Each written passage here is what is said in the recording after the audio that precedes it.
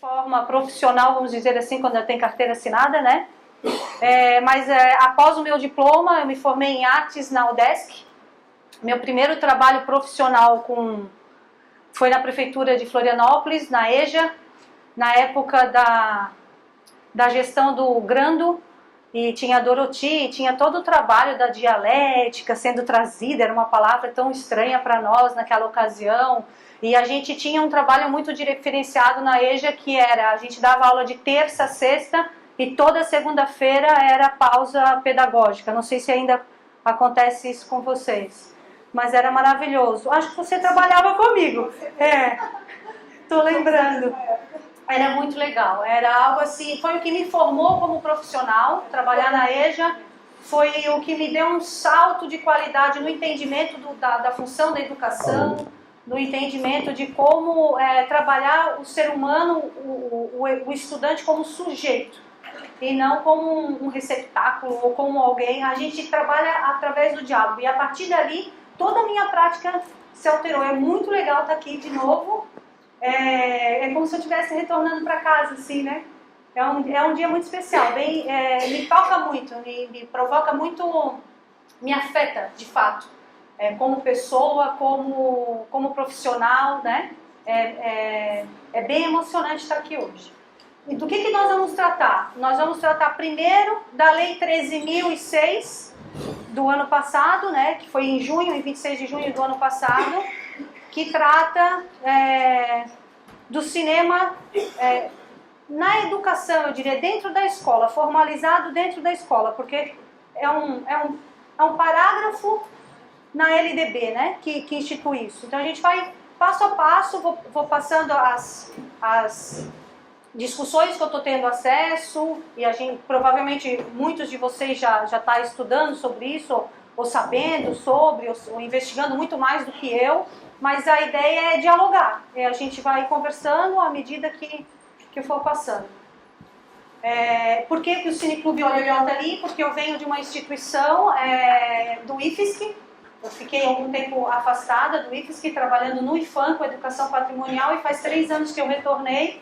E nesse retorno, a primeira coisa que eu tentei fazer, porque eu já fazia isso dentro do IFAM, eu coordenava 28 cineclubes em cidades históricas, em vários centros históricos do país, inclusive em Fernando de Noronha. Achava tão maravilhoso ter um cineclube lá, mas nunca podia. Fazia tudo remotamente, né, esse acompanhamento. Queria muito presencial. E a gente fazia esse acompanhamento, e tinha o Cineclube Laguna, que está indo para os 10 anos já de atuação, mesmo sem a minha permanência em Laguna, ele continua firme. E logo que eu retornei para o IFSC, comecei a tentar colocar o Cineclube dentro do IFSC, né, aberto à comunidade. E as coisas não são tão rápidas e fáceis quanto a gente imagina, porque a estrutura de uma instituição educacional, etc., ela já possui algumas coisas consolidadas, e a gente, quando traz algo novo para aquela instituição, a gente tem que fazer novos mecanismos, inclusive para a entrada da comunidade na escola, que isso às vezes pode parecer algo tão óbvio, que é uma escola pública, principalmente, a comunidade deve estar lá, mas a gente enfrenta dificuldades para conseguir fazer com que essa comunidade esteja lá e que seja espontânea, que eu não consiga planejar. A escola entende que tudo tem que ser planejado. Eu não consigo planejar público de cineclube e dizer quem vai entrar um dia antes. Eu só sei na hora que vai ocorrer a sessão quem vai entrar. E isso gera empecilho de liberar a entrada na escola, uma série de coisas. Coisas que para muitos que não são do universo escolar pode parecer tão bobo, e para a gente que está ali no dia a dia, a gente sabe que isso envolve muita burocracia e responsabilidades, porque é alguém de fora que está entrando, e quem se responsabiliza por esse alguém, por qualquer coisa que ele faça lá dentro. E aí, claro, se for discutir ideologicamente é uma coisa, mas na prática e na operacionalização são outras questões que se colocam, né? E agora a gente faz dia 3 de outubro, 1 ano que o Cineclube Olho funciona dentro da instituição. Então, assim, já tem 1 ano que a gente conseguiu superar. Levou 2 anos para a gente superar todas as dificuldades e o entendimento interno de que era possível. E agora já tem 1 ano que é possível. E por isso que eu acho que também o Vicente pensou em me trazer para cá. Porque é possível alguém da instituição convencer a própria instituição a fazer, e não o estrangeiro. Porque às vezes o estrangeiro consegue mais fácil. Agora, alguém da própria instituição convencer a própria instituição a fazer, É um desafio maior ainda, por incrível que pareça. Né? Tudo é muito contraditório, né? Mas é isso. Então vamos lá. O que diz a lei? Para a gente entender.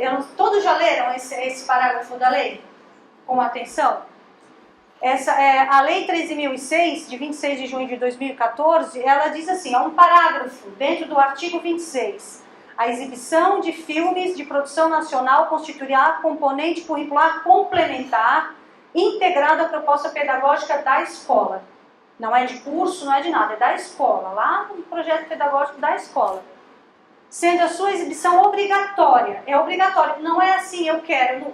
Teve até uma proposição no meio do caminho, quando essa lei foi criada, de que seria uma indução, simplesmente. Que estaria um parágrafo dizendo, olha, é legal que você faça isso. Mas aí foi para a sanção, foi para a Câmara, foi para o Senado e perceberam, não. Não é para ser indutor o processo, é para ser obrigatório. Aí depois a gente vê como faz. Mas aí garantir a visibilidade de forma obrigatória desses filmes, né? E aí a exibição de no mínimo 2 horas, não tem máximo, tem mínimo.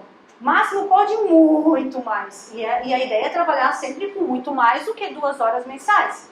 Porque você não cria hábito nem gosto por nada com 2 horas mensais. Você tem que criar algo que tenha mais contato, né? Que a gente tenha mais percepções e poder comparar. Por isso, mais de 2 horas é o que a gente sugere, né? A lei diz o mínimo. Vamos lá. E aqui é só para a gente ver de onde surgiu isso, onde está isso dentro da LDB, né? Onde está? Está lá no capítulo 2 de Educação Básica, na seção 1, das disposições gerais. Nesse das disposições gerais tem um artigo, que é o artigo 26. E o que trata o artigo? Isso aqui é o caput, né? E lá dentro tem um parágrafo desse enunciado. O que diz o enunciado?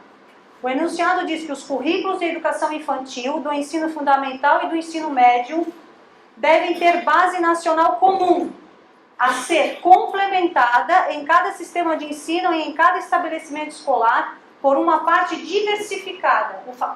A famosa parte diversificada, que todo mundo tem que dar conta e que faz o currículo ficar enorme, mas ninguém sabe direito quem dá conta, né? Alguns lugares já definem, ó, vai ser o professor tal, vai tratar disso. Vai tratar das questões étnicos, raciais, tal disciplina. Tem escola que já determina nos planos de curso, né, o que compete a cada unidade curricular dentro desse artigo 26. Algumas não. Fica aquela coisa, todo mundo tem que dar conta, mas ninguém sabe quem dá. Né? Então, a ser complementado em cada sistema de ensino, em cada estabelecimento escolar, por uma parte diversificada, exigida pelas características regionais e locais, da sociedade, da cultura, da economia e dos educandos. E ali é o parágrafo 8º, até pouco tempo atrás era o último parágrafo desse artigo, agora já tem o 9º, que fala dos direitos humanos, né? Já acrescentaram um outro parágrafo a esse artigo.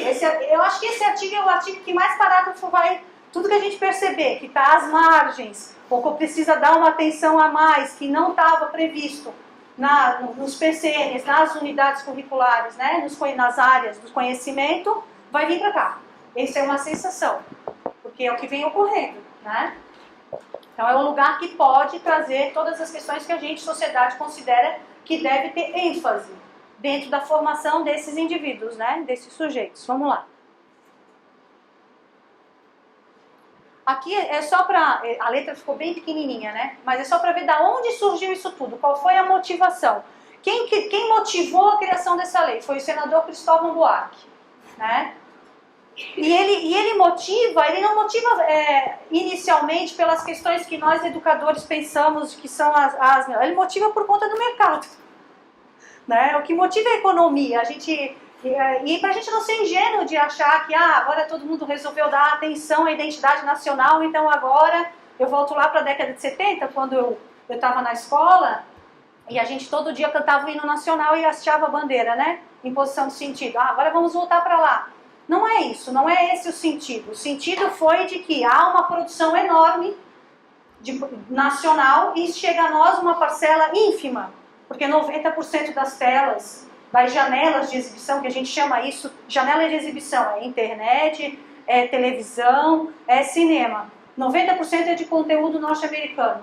O resto vem de outros países. E o que chega do Brasil para nós, a nossa produção nacional, é o que provavelmente Globo Filmes ou um ou outro filme que se destaca e que chega pra gente como comercial, né? E um monte de coisa que se produz não chega a nós. Chega em festival, mas quantos de nós aqui tem a prática de ir a festival? Levanta a mão aí. Quem vai a festival? De nós. Quem vai ao FAM? É um festival de cinema, o FAM. Né? O FAM é a Mostra Infantil de Cinema, que a gente são 2 grandes festivais que a gente tem aqui, mais o Faça, e aí mostra a Caverna, etc. Algumas outras mostras que não tem uma dimensão tão grande quanto o festival, né? Mas o que ele diz, ó, a única forma de dar liberdade à indústria, dar liberdade, né? Fazer ela circular, dar liberdade. A indústria cinematográfica é criar uma massa de cinéfilos que invadam nossos cinemas, dando uma economia de escala. Esse está entre aspas porque é a fala mesmo de uma entrevista do senador, né? Aí depois ele vem com uma justificativa mais pedagógica. A primeira justificativa é a justificativa econômica. A segunda justificativa que aparece é a ausência de arte na escola, além de reduzir a formação dos alunos, impede que eles, na vida adulta, sejam usuários dos bens e serviços culturais. Tira deles um dos objetivos da educação, que é o deslumbramento com as coisas belas. O cinema é a arte que mais facilidade apresenta para ser levada aos alunos nas escolas. E é mesmo, é muito fácil. Você pode projetar numa parede, num lençol esticado, numa tela, você não precisa ter, basta ter um projetor. E hoje as escolas possuem projetores, né?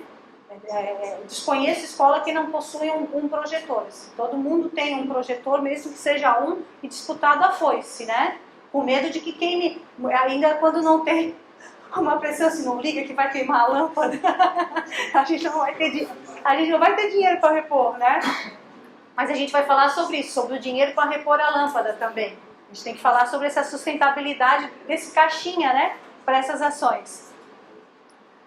Bueno, o Brasil precisa de sala de cinema como meio para atender o gosto dos brasileiros pela arte e ao mesmo tempo precisa usar o cinema na escola como um instrumento de formação deste gosto, é um pouco mais pedagógico, trabalhando a questão da recepção do público, da identificação desse público, né? Os jovens que não têm acesso às obras cinematográficas ficam privados de um dos objetivos fundamentais da educação, o desenvolvimento do senso crítico. Porque como que se entende isso? Se eu tenho acesso a outras realidades, fictícias ou documentais, né, que é o que o cinema traz, por meio da tela, eu consigo transpor, eu consigo me identificar, fazer relação do meu repertório, com o que eu já vivi, com aquilo que está sendo posto na tela. Isso é muito fácil. Então, a gente parte do princípio que nunca, quando o público está sentado, ele é um espectador. Ele não é nunca espectador. Ele nunca está passivo. Né? Não, na verdade, para mim, não existe público passivo em nenhuma instância, em nenhum lugar. Sempre a gente já está trabalhando em relação com o meu passado. Eu nunca estou numa ação simplesmente sensorial, né? Gosto, não gosto, me toca, não me toca, me afeta, não me afeta. A gente sempre faz relação com o repertório que a gente traz com a gente, com a história de vida que a gente tem. Independente dela ser de 2 anos de idade, 1 aninho, ou de ser de 42 como eu, né? Ou mais, não é? Então a gente sempre está numa relação, no mínimo, dual. Quando não mais, nós, por exemplo, numa escola, na formação, subentende que a gente já está numa relação maior, né? Que é a de projetar, de já conseguir pensar no futuro. Eu não só analiso com o meu passado, como eu já consigo pensar além, já fazer projeções, já fazer interpretação e não só observações e relações, né? Então já é algo para além, e é isso que ele traz. De que esse senso crítico é exatamente isso, é poder fazer essa relação e pensar além. Né? Começar a discutir as realidades, as possíveis realidades que as histórias nos trazem, tanto documentais quanto ficcionais. Tá? Então, mas o senador, ele não define filmes, nem como eles serão escolhidos, também não faz referência a quem deverá custear sua aquisição, o acervo, né? Infraestrutura, dispositivos de execução, etc. Ele não pensa no quê? Na operacionalização. E tá certo, se todo mundo que for criar lei pensar em toda ela prontinha, né, de como vai fazer, a gente não teria muitas leis. Depois se cria instâncias para se pensar a regulamentação da lei. E é o que está acontecendo no momento. Né? Antes um pouquinho de se criar um dispositivo formal e legal de pensar a lei, muitas pessoas já começaram a pensar sobre. Uma delas, a gente já teve aqui em Florianópolis, no primeiro seminário do Cineclube Cinema e Educação, que a Mostra Infantil organizou junto com a Federação Catarinense de Clubes, que nós ajudamos a fundar, né? E aí o Conselho Nacional de Cineclubes era uma atribuição do Conselho Nacional. A gente fez o primeiro seminário de Cineclube, Cinema e Educação, e lá estava a Adriana Fresquet, que é uma das grandes pensadoras de cinema e educação no país. E que tem um diálogo forte com o Alain Bergalá, que é o que trabalha cinema e educação no mundo, vamos dizer assim, que está lá pensando e produzindo muita publicação. Tem muita coisa, tem muito livro já publicado sobre essa relação de cinema com a educação. Eu não vou falar muito de cinema com a educação, vou falar do cineclube depois, né? Que já é uma possibilidade de operacionalizar e de perceber um lugar possível para esse diálogo de cinema e educação. E esse lugar que é o Cine, estiveram reunidos em Ouro Preto esse ano, um grupo de pensadores que trabalham com cinema e educação, e lançaram um material que eu acho que você já tem acesso a ele, já está na plataforma, né? Que é esse material. É um livro organizado pela Adriana Fresquet, que trabalha reflexões, perspectivas e propostas da Lei 13.006.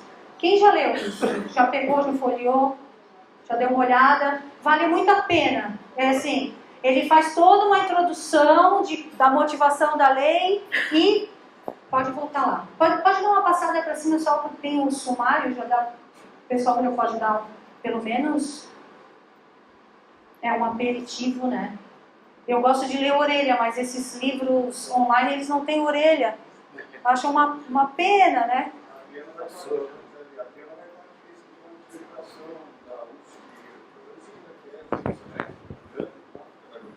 Vai estar. Eu vou encontrar com ela esse mês, agora de outubro, em Fortaleza, num seminário de Cineclube, Cinema e Educação. Eu acho que vale a pena rastrear a agenda, né? E ela trabalha a educação por um viés muito poético. Ela nos toca. Ela não entrega... Eu estou fazendo uma fala bem informacional hoje. A Adriana nunca faz isso. Ela tem uma outra forma de se comunicar, assim, que é por meio da arte mesmo. Ela aplica de fato aquilo que a gente diz que a gente deve fazer. É o que eu faço com os estudantes, mas ainda não consigo fazer isso com grandes públicos que eu não conheça. Ela já não, ela já transita facilmente com a poesia e trazendo toda essa informação. É isso, né? Esse é o livro que eu acho que vale a pena ler por conta de toda a parte estrutural da lei e depois todos os questionamentos, vai lá na apresentação.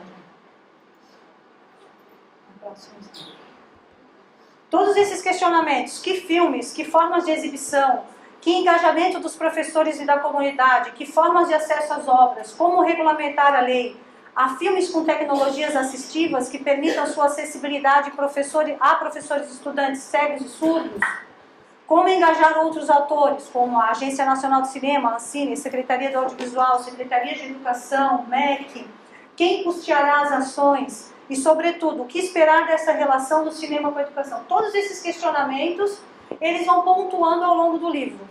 Vão trazendo reflexões e proposições, inclusive. Relatos de vida, pessoas que já trabalham com isso, alguns pensadores. É bem completo.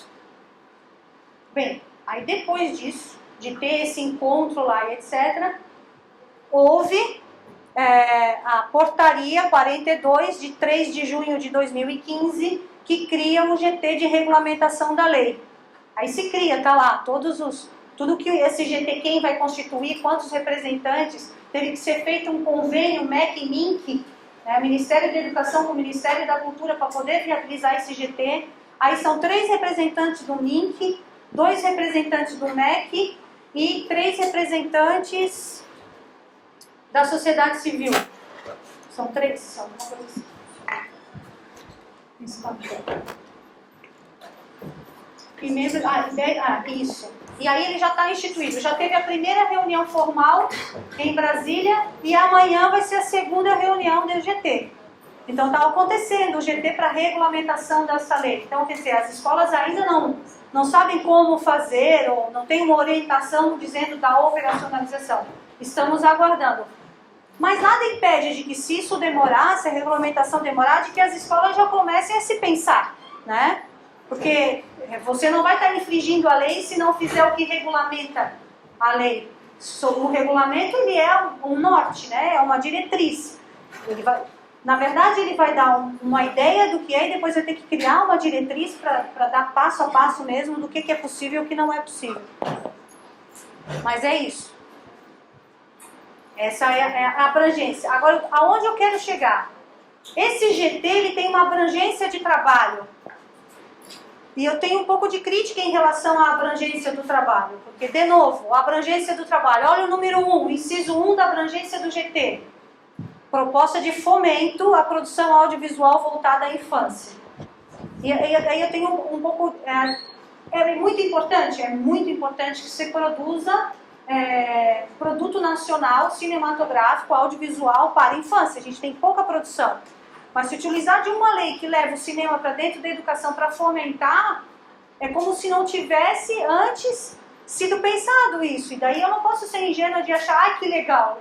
Ai que legal, porém, por que antes não se fomentava isso e a lei que coloca dentro da escola que vai fazer? Aí eu me sinto um pouco, o ensino crítico, né? De que, então agora as nossas crianças vão ser um motivo para ter, a lei criou um motivo para direcionar recursos para se produzir. E antes disso, as crianças não tinham direito a ter a produção. Só quando ela entra na escola é que a infância passa a ser vista como um filão, né, para o fomento dessa produção. Mas são só questionamentos meus. Né? Tá todo mundo comemorando muito de que isso está ocorrendo, mas eu acho que faz parte, a gente está aqui num diálogo, né? E essa é a minha impressão, assim, e é o inciso 1 já, proposta de fomento à produção audiovisual. Inciso 2, proposta de distribuição, então é o fomento, e aí a minha proposta 2 é distribuição de produção audiovisual para as escolas públicas de educação básica. Então eu produzo, eu distribuo, e aí eu vou formar. Proposta de formação para apropriação e uso pedagógico dos conteúdos audiovisuais disponibilizados. Em cima desses 3 incisos é que o GT vai trabalhar, para dar conta dessas 3 abrangências aí. Ele tem que abranger isso. Ele não vai trabalhar outras questões, ele tem que trabalhar essas 3, certo? Primeiramente. Né? Primeiramente, é uma portaria que diz isso. Pode ter uma nova portaria dizendo de que agora vai se trabalhar isso e isso. Mas esse é o início do trabalho para a regulamentação da lei. Qual o universo disso? O universo é um sistema educacional federal, 27 sistemas estaduais, 5.564 sistemas municipais. Sistemas, eu não estou falando de escolas, que estão abrangidas por essa lei, só de sistemas. Então é um universo gigantesco. Quando a gente fala em MEC, tudo é numa escala ampliada, né? Tudo é gigantesco. O Brasil é muito enorme, assim. E em cada município se tem uma escola de educação básica. Então a gente tem algo monstruoso, se a gente for pensar em escala, não é? Para se dar conta, para a gente começar a trabalhar.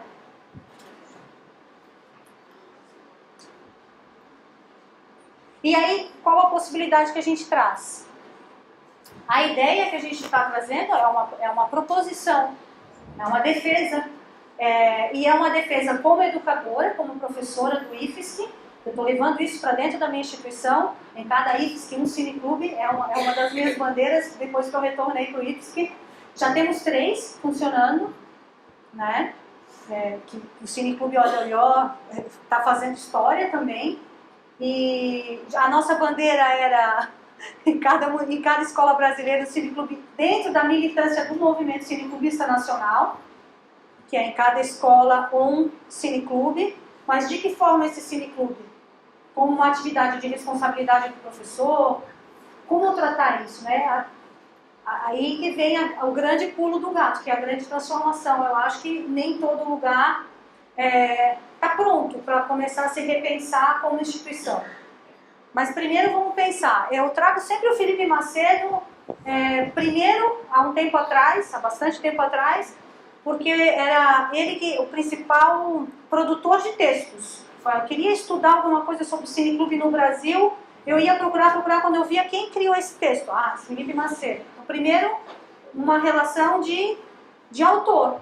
E hoje uma relação de amizade, de amor mesmo, me identifico com as questões e as proposições, e a gente criou uma relação de amizade onde tudo que se produz se troca rapidamente, né, por e-mail. Às vezes, antes de ele lançar um artigo, eu já tenho o privilégio, eu e mais algumas pessoas, de ler um pouco antes e dizer, arruma ali, sabe, faz tal coisa. Então, é uma pessoa que pensa Cineclube muito no país e no mundo, porque ele também faz parte da Federação Internacional de Cineclubes. Já fez parte da Cinemateca Brasileira, né? Já trabalhou na Cinemateca, hoje atua dentro do Memorial da América Latina como diretor cultural e toca o Cineclube Latino-Americano dentro do Memorial da América Latina também. O que ele diz? Esse é um e-mail que ele encaminhou tem nem um mês, ele vive lançando conceitos, o que é Cineclube. Esse é o último conceito que ele colocou em rede, assim, que é associações comunitárias abertas, democráticas e independentes, sem fins lucrativos, que trabalham em bases sistemáticas pela apropriação do cinema em todos os seus aspectos, pelo público. Por que eu trouxe esse conceito e não outro? Tem vários outros, de vários outros autores, de várias outras pessoas. Um em respeito a esse autor, porque eu faço questão de que as pessoas conheçam esse nome e leiam o que ele escreve, e outra porque ele começa com associações comunitárias, e é nesse ponto que eu quero chegar, que são associações comunitárias. Não está dizendo que é uma escola, não está dizendo que é um clube no sentido fechado, está dizendo que é um grupo de pessoas da comunidade organizados que fazem cineclube. Então, só por esse início já vale a pena começar a ler o conceito, né? Vamos lá.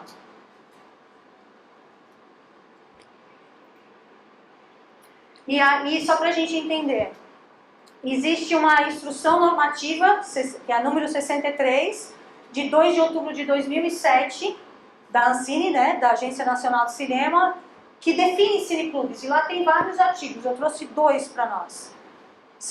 Estabelece as normas, né, do que é um cineclube, então, quer dizer, é regulado, é uma ação regulamentada pela Agência de Cinema, é reconhecida, e está respaldada, então, portanto, a existência desses espaços. Não são mais clandestinos, porque por um tempo foram clandestinos, né?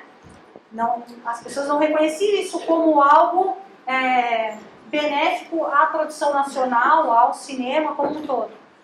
Mas eu trago aqui porque, os cineclubes, o artigo 1º, os cineclubes são espaços de exibição não comercial. Então não se gera lucro, né? E não se exibe aquilo que é blockbuster e etc. Né? Pode fazer? Pode. Mas desde que tenha um propósito. Então é de exibição não comercial, não se cobra com margem de lucro esses espaços. De obras audiovisuais nacionais e estrangeiras. Como que eu vou me reconhecer como brasileira se eu não tenho alteridade, né? Se eu não vejo o outro? E eu preciso me relacionar com outras obras, com outras produções. Quando se fala em 2 horas obrigatórias de cinema nacional, é exatamente pensando que nessas outras horas eu posso estar vendo diversas outras produções para poder me enxergar e me identificar e me reconhecer. Né? Na relação com o outro que a gente se reconhece, né? Se identifica. Então, isso é... Oi? Pontinho? É isso aí. Então, pontinho. Gisele também. Então, essa a grande importância da gente poder fazer essa relação.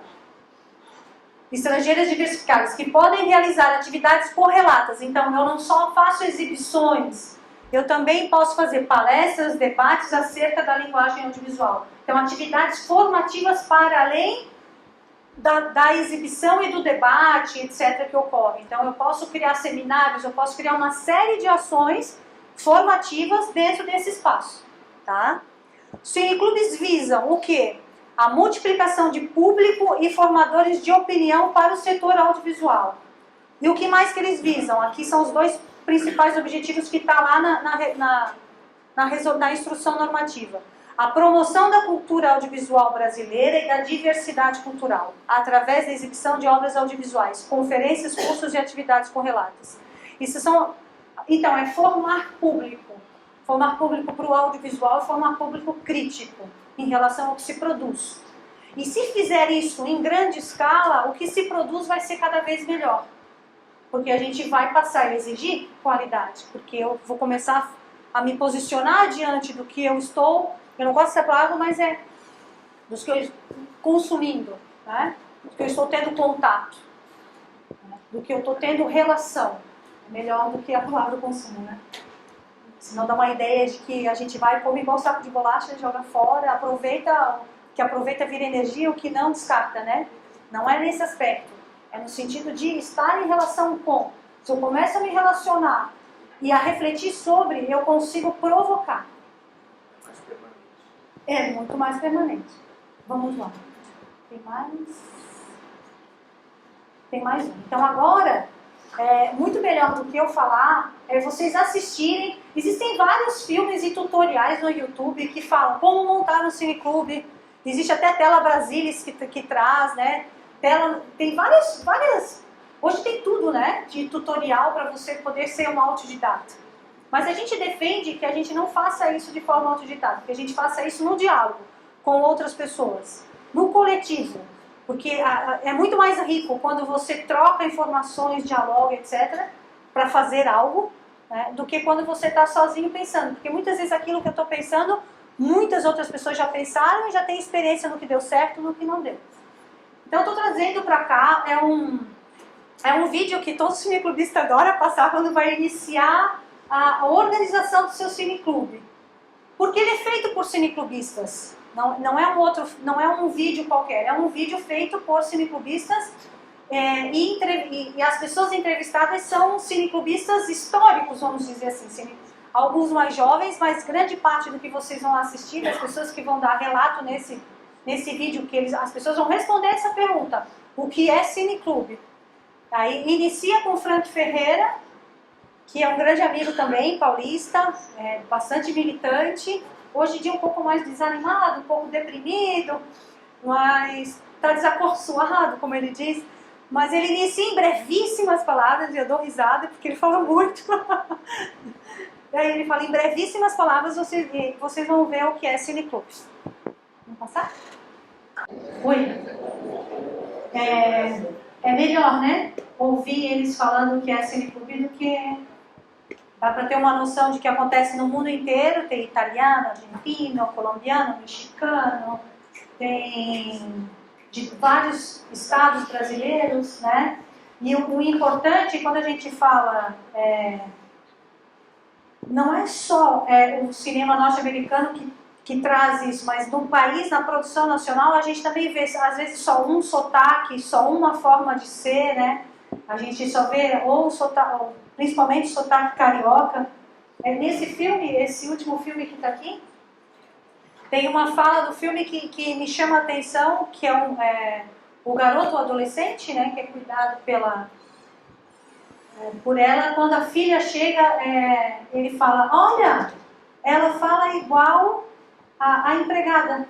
Ela tem um sotaque, ele fala como se aquilo fosse uma descoberta, assim, ela fala igual, sabe, como se não soubesse que as pessoas falam diferente dentro do próprio país, que tem sonoridades diferentes e que são tão ricas e bonitas como qualquer outra, e que a minha, que é do Rio de Janeiro ou de São Paulo, não é a norma, né? Não é a cara do Brasil. Então, a gente começar a desconstruir isso também por meio de obras cinematográficas, onde a gente vê costumes, fala, corpo se movimentando, isso também é fundamental. A gente se ver diverso, porque nós somos muito diferentes dentro de um único país. A nossa identidade, ela é muito diversa, né?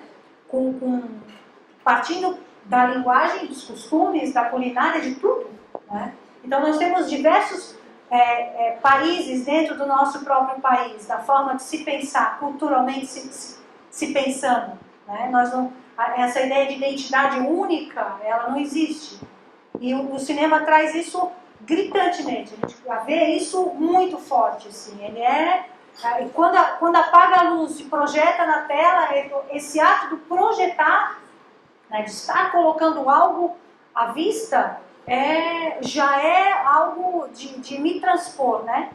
Aí, como se fosse alienígena. Eu considero a sala de cinema ou qualquer outro lugar onde você retira a luz e projeta, foca a luz num único lugar, isso já é um foco total de atenção. Você já foca a determinadas coisas que naturalmente você não faria. Né? Se uma TV ligada num restaurante, etc., você não tem esse nível de imersão. Agora, um local onde as luzes vão apagar. Agora, imagine. Pode passar. Só para vocês saberem, existe um canal da Pão com Ovo, que foi a que produziu o que é Cineclube, lá no YouTube, e aí lá vocês vão encontrar outros 2 vídeos um pouco mais longos, que é Toda Forma é Cinema e Movimento, que fala do movimento cineclubista no mundo também. Que eles aproveitaram a mesma ocasião e fizeram esses 3 vídeos tratando da questão do cineclubismo. Está tudo na plataforma. Isso já está, né? Se não está, vai estar. Acho que já está. Esse já está.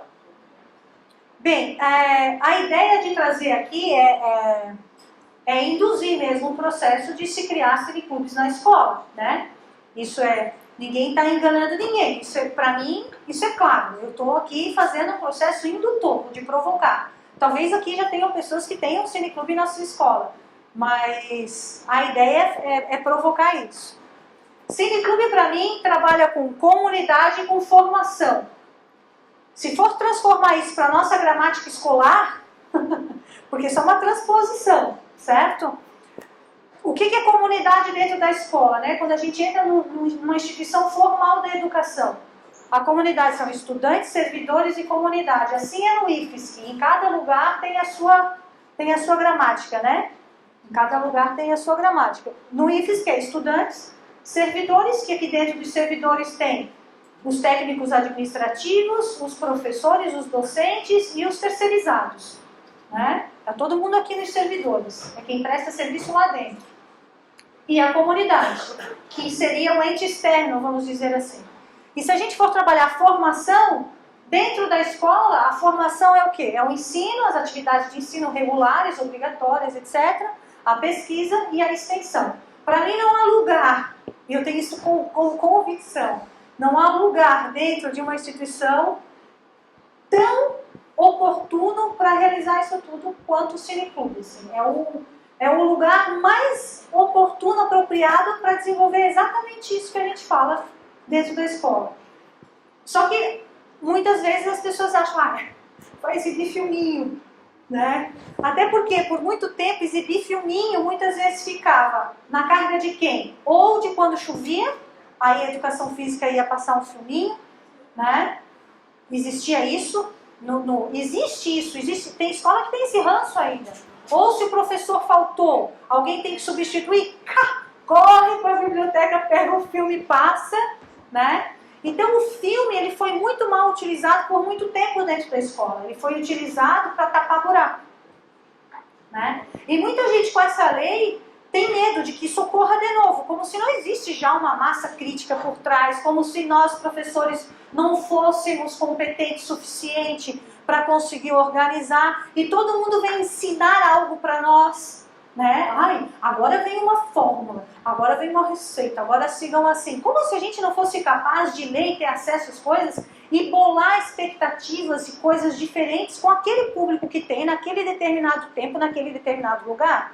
Porque a Gisele que faz o Cineclube Olhó hoje é muito diferente da Gisele que fez Cineclube Laguna, lá com a comunidade em Laguna. O Cineclube Olhó é uma outra experiência totalmente diferente do Cineclube Laguna. Muito diferente.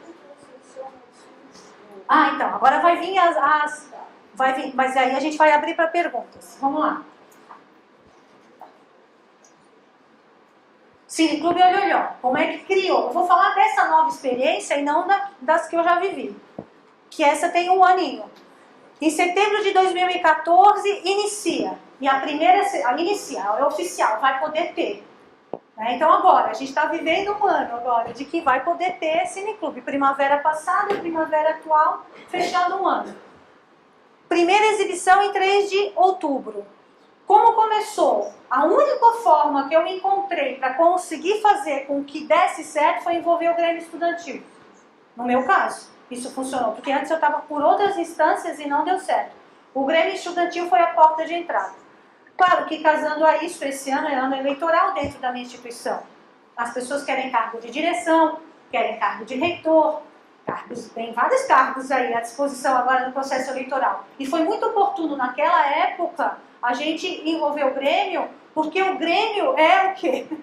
É o local de muitos votos, né?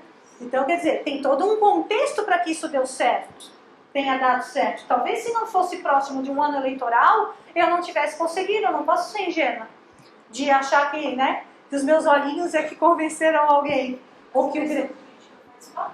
Totalmente, a pressão política, exatamente. Então, o Grêmio foi a porta de entrada. Hoje, e eu orientando no sentido por conta da experiência que eu acumulava fazendo o Cineclube e organizando público, né? Então, no sentido de orientação. Hoje é independente. A gente não tem mais vínculo com o Grêmio. O Grêmio virou público, que participa, mas ele não é a célula que organiza. Não tem mais vínculo nenhum com a estrutura do Grêmio. O Cineclube hoje ele é autônomo. Ele funciona sozinho, com um grupo que se identificou com a proposta e que organiza em torno de 11 alunos. Estudantes do IFSC e estudantes de outras duas instituições, a UFSC e o IEE. Tem um aluno do IEE que participa. A gente tem gente de fora que faz parte da organização. É aberto à comunidade. Então é para a comunidade entrar. Então ele entra dentro da nossa estrutura como, está na nossa estrutura como extensão também, né? A gente ainda não trabalha com pesquisa. Nós vamos escrever o nosso primeiro artigo agora para eu levar lá no Ceará. Como está fazendo um ano, depois eu vou mostrar para vocês o que a gente está sistematizando para poder gerar esse artigo. É um lugar alternativo aos cinemas comerciais. Isso foi o que os alunos definiram. Como é que a gente fez? Eu trouxe esse vídeo, trouxe alguns textos, a gente estudou antes, eles viram se era possível. Em primeira instância, vários alunos falaram assim, vários estudantes falaram assim, ai não, professor, isso é muito político demais. Isso é um pouco chato. Porque eu falava muito das janelas de exibição, 90% é norte-americano, que é cinema comercial. Como eu sou muito engajada em movimento social, eu vim com um discurso altamente de militância para cima deles. E papapá. Eles falaram, não, professor, a gente só quer ver filme e debater. Aí eu falei, opa, então vamos começar assim. Vamos começar como que o grupo está se vendo e como que quer. Porque eu já cheguei dizendo que tinha que ter estatuto e regimento, que tinha que, sabe, assim, toda estruturada, toda organizada. Ele disse, não, professora, não, assim a gente não quer. Então a gente ainda não tem regimento, não tem estatuto interno, a gente está se conhecendo e vendo se a gente dá conta da simples organização primeira do Cineclube, que é o quê? Garantir as sessões semanais, regiamente, faça chuva, faça sol. Toda sexta-feira, às 18 horas, o Cineclube Olholhó está projetando na tela. Toda sexta-feira. Então, a gente deu conta, um ano sem falha. Está lá, tuf, funcionando. Então, e sem a minha presença. Eu não estou em todas as sessões. Eu estive na metade das sessões. As outras metades sempre tem delegações, a gente faz reuniões e delega responsabilidades, né? Quais os princípios que a gente definiu há um ano atrás e que está lá no nosso projeto, né? No nosso primeiro projetinho de Cineclube. Promover encontro, era a primeira coisa que eles queriam, promover encontro. Socialização, socializar o que a gente está fazendo. Eles queriam se reunir entre eles, fazer coisas em comum, ter uma atividade além da sala de aula ou dos estudos, porque ali, como é uma educação profissional e os eixos tecnológicos são muito da área racional, matemática, eletrotécnica, eletrônica, etc., eles despendem muito tempo com física, com química, com matemática, com essas coisas assim, eles queriam algo para um ar. Então eles queriam, a princípio, promover encontro e socialização. E eles perceberam que isso sozinho não podia. Não dá para fazer isso assim, vamos ver no que dá, naquela horizontalidade. Ah, nós não queremos ir aqui. Aí eles perceberam que não, há sim que ter mecanismo de organização. Então a organização do público. A formação crítica. E essa formação crítica a gente definiu. O que a gente está entendendo como formação crítica? Posicionar-se analiticamente Não en passant, não rapidinho. É analisar mesmo. Sobre as produções cinematográficas. Visualizar diferentes formas de cinema audiovisual, debater e refletir sobre os diversos aspectos das obras apresentadas em cada sessão. Tema, argumento, roteiro, linguagem, estética, no intuito de promover emancipação e desalinização desse público. Que público? Aí a gente definiu o que a gente entendia por público. Público entendido por nós são todas as pessoas envolvidas no processo do cineclube, que a gente entende o cineclube como um processo. As que proporcionam, as que fazem a atividade e as que participam das exibições seguidas de debate. Para nós isso é o nosso princípio, são os nossos princípios. Começou assim, pode ir além, pode ser diferente, pode. Cada grupo, isso que é o legal, cada grupo define como é o seu cineclube, cada realidade se percebe e se constrói. Não há fórmula, há alguns princípios gerais, né?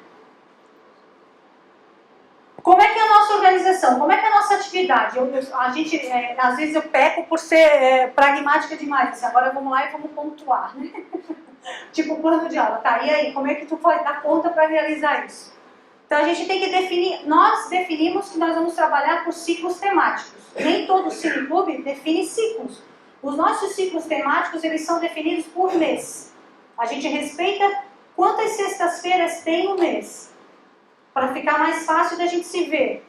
Eu falei para eles, mas independe disso, pode ser 5 sexta-feiras, 4 sextas-feiras. Ah não, professor, é bom coincidir com o mês que é fácil de divulgar. As pessoas sabem, outubro é tal, novembro é tal. Eles gostam assim, então é feito o ciclo coincidindo com o mês. Aí seleciona filmes, divulga, cartaz, panfleto, perfil Facebook e site do IFSC. Sessão. A sessão tem 3 etapas, tem a parte técnica, tem a parte formativa e a sustentabilidade financeira, que a gente chama. A parte técnica é a montagem dos equipamentos, tela, som e projetor de imagem e as cadeiras. Esqueci de dizer que tem toda a lógica de empilhar, funciona dentro da sala de artes visuais, então a gente empilha todas as mesas para trás e coloca as cadeiras em forma de auditório. Né? Não tem escalonamento, não é o espaço ideal da fruição, mas é o começo. Tem respeito, existe o máximo. Dentro das nossas condições, a gente faz o melhor possível para respeitar a integridade da obra audiovisual que vai estar sendo colocada.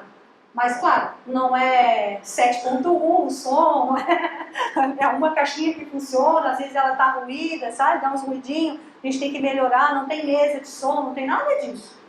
Ainda é bem precário, vamos dizer, mas é muito melhor do que um monte de cineclube que eu já vi que funciona tranquilamente também, tá? Que mais? Técnica, aí a montagem formativa.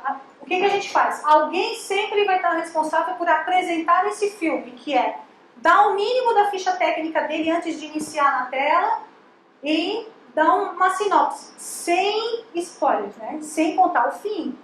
Já teve caso de um me apresentar e contar o fim. Eu estava tão empolgado, contou o fim, o público ficou, não acredito. Não se conta o fim, né? Nem cinéfilos fazem isso.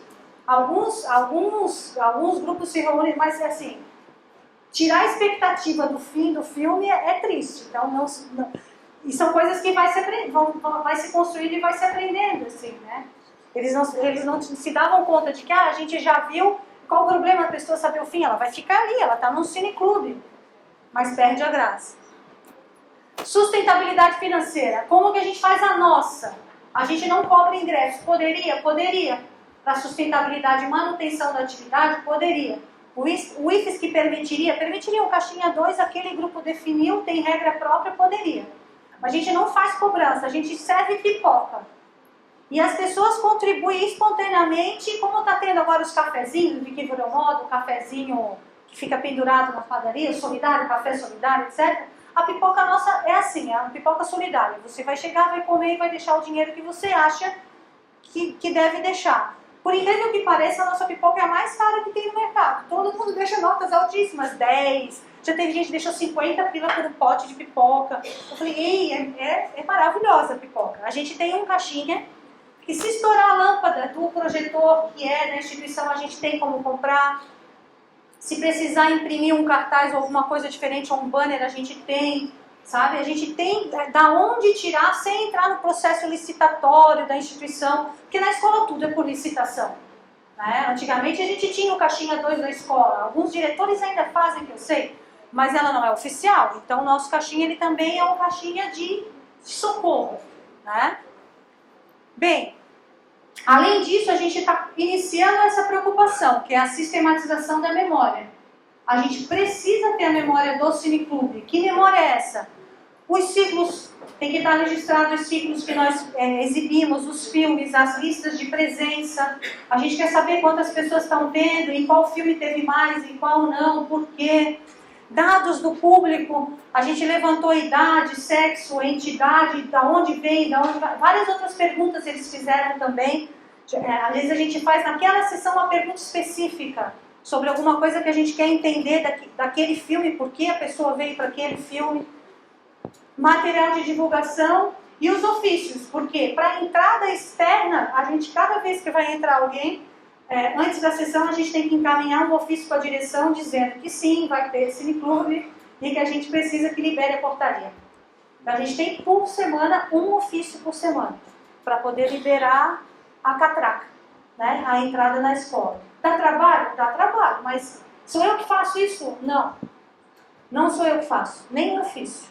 Nada. Eu nunca entreguei um ofício no gabinete. Quem entrega é sempre alguém da organização que está ali. Não pode nada estar centralizado no dito professor ou no servidor. Porque senão o público, tu acaba pegando toda a função da organização, que todos somos iguais, e fazendo como se o servidor fosse o mais importante. Menos igual. A única coisa que a instituição ainda não permite é que o aluno entre na cozinha e faça pipoca sozinho. Eu tenho que estar lá, porque senão, com certeza, todos os livros furarão os olhos dos alunos ou eles botarão fogo na instituição. É o único momento que é obrigatória a minha presença hoje, por exemplo, às 3 horas da tarde, a gente está em greve ainda. Então, no período de greve, a gente, que são quase 3 meses, né, 2 meses e meio, a gente está exibindo sessões extras às quartas-feiras, às 3 horas da tarde, como atividade de greve. Auxiliando todo o movimento, etc. Hoje não vai ter pipoca, né? Porque eu não estou lá. Então, aí eles, não, mentira, vai ter. A professora Denise cedeu a casa dela e eu levei a panela de alumínio para a casa da professora. E ela, que fica assim, a 3 passos da escola. Mas já teve sessão que eu não estou e aí não pode ter a pipoca. Vamos lá. Como que isso tudo se organiza? Nós definimos responsabilidades. Aonde? Em reuniões presenciais que nós fazemos ao menos uma vez por mês. Uma vez por mês a gente se reúne em torno de 1h30, 2, e define o mês todo. Define o ciclo, às vezes a gente consegue definir 2 meses seguidos os ciclos e inicia o processo de escolher filmes. Né? E aí, algo super novo, que não tem registro, que vai estar no primeiro artigo que a gente vai escrever. Eu li bastante sobre a organização do cineclube, que é a organização por meio de WhatsApp e grupo fechado no Facebook. Nós somos full time. Tem vezes que eu tenho vontade de jogar meu celular longe, porque às vezes de madrugada eles estão lá trocando informações para o cineclube, assim, porque eles são notívagos, né? Muita gente vira à noite, isso, aquilo. Aí eu já proibi, eu falei, não, olha, até meia-noite, ponto. Depois disso não pode mais. Professora, às vezes às 3 da manhã eu vejo que rola uns bate-papo entre eles, assim. Mas o WhatsApp e o Facebook é algo novo. E não é algo, parece normal, mas como organização de público é algo novo. Se utilizar dessas ferramentas e funciona, vai deliberando, vai distribuindo atividades para serem feitas, todas ali, o tempo inteiro, eles online, né? Então, aquilo que muitos consideram como uma coisa terrível dentro da escola, no caso do cineclube, ele tem uma função gigantesca de otimizar tempo, inclusive. Né? E ali eles colam sinopses, colam críticas, fazem pesquisa de crítica, colam todos os links ali, e dali as pessoas vão saindo para fazer seus estudos, para poder chegar na hora do debate e ter um pouco mais de subsídio. Vamos lá. Aí vem a grande pergunta, o acervo. Como conseguir acervo? Né? Hoje em dia, o que nós fazemos? Eu vou falar o que nós fazemos. Quase todos os nossos filmes nós baixamos na internet, via torrent. Quase todos. Alguns que têm dificuldade por conta de legenda, por exemplo, a gente já exibiu A Greve, A Comuna, Os Companheiros, Germinal, são filmes que tratavam da greve. Agora, no período, são filmes mais antigos, em preto e branco, e difícil de conseguir com uma legenda de qualidade, ou como pouca gente baixa, demora horrores para baixar o torrent, porque não tem muita gente que baixou o filme, então ele fica lento, aí trava. Então, quando acontece isso, o que a gente faz? A gente entra em contato com a rede de cineclubes que a gente possui, de amigos que são cineclubistas, e eles encaminham por correio. Então, a gente já recebeu uns 3 filmes por correio. A gente pagou esse correio? Não, eles mandam de camaradagem mesmo. Existe uma rede solidária de envio de cópias de filmes, assim. Você vai criando essa rede e as pessoas vão te encaminhando os filmes que você quer.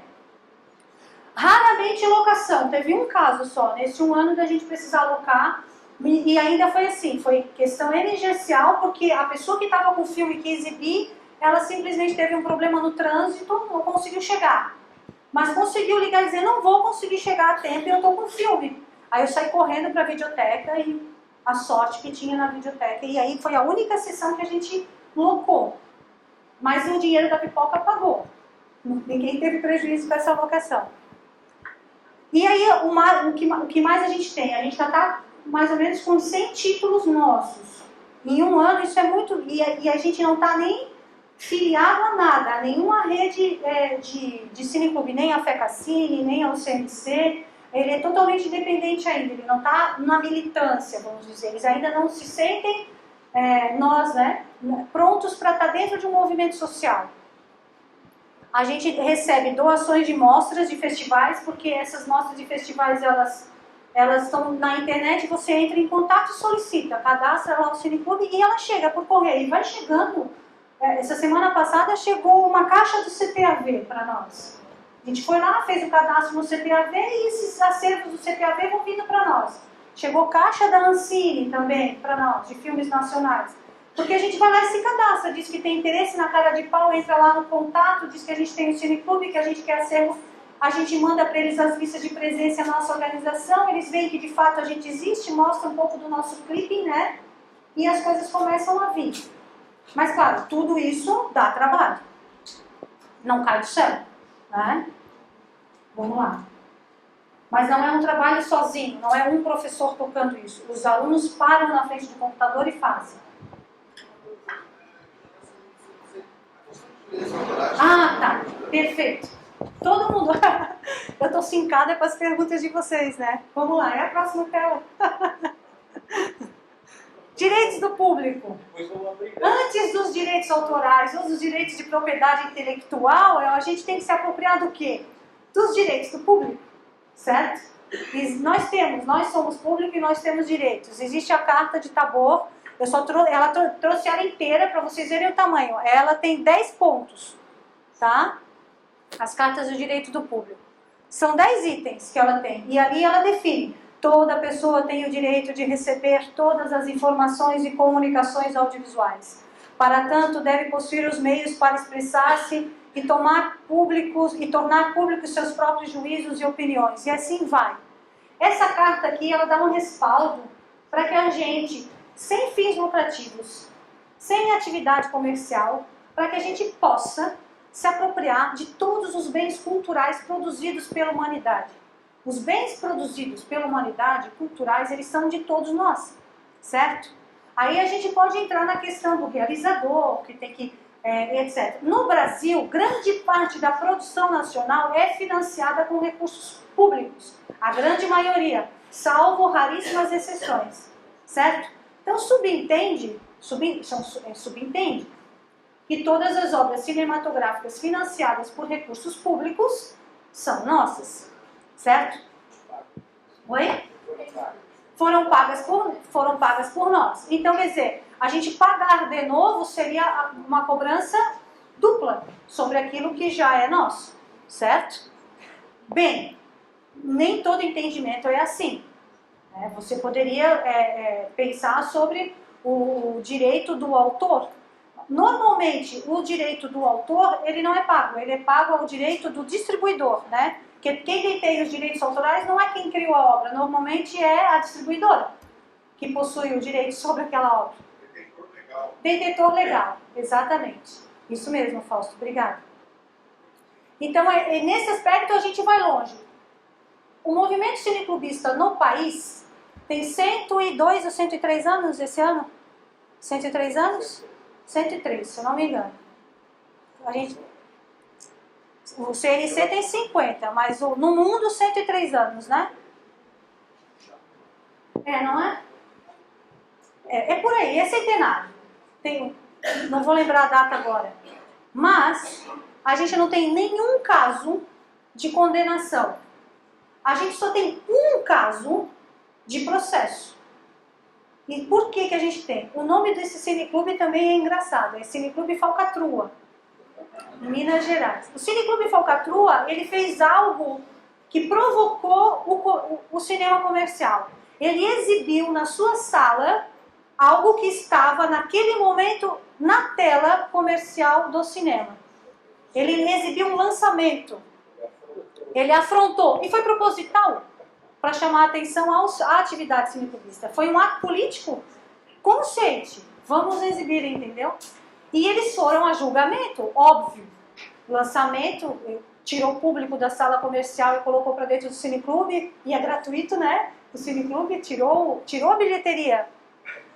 E eles foram absolvidos, não houve condenação. Então, quer dizer, o juiz entendeu de que a rapaziada queria chamar a atenção para uma atividade legal, que é cineclubista, etc. Atenuou todo o processo e deu de causa ganha para o Cineclube Falcatrua. Mas é o único caso. O processo ele não é de quem tem direitos, assim, de quem está fazendo a distribuição comercial final.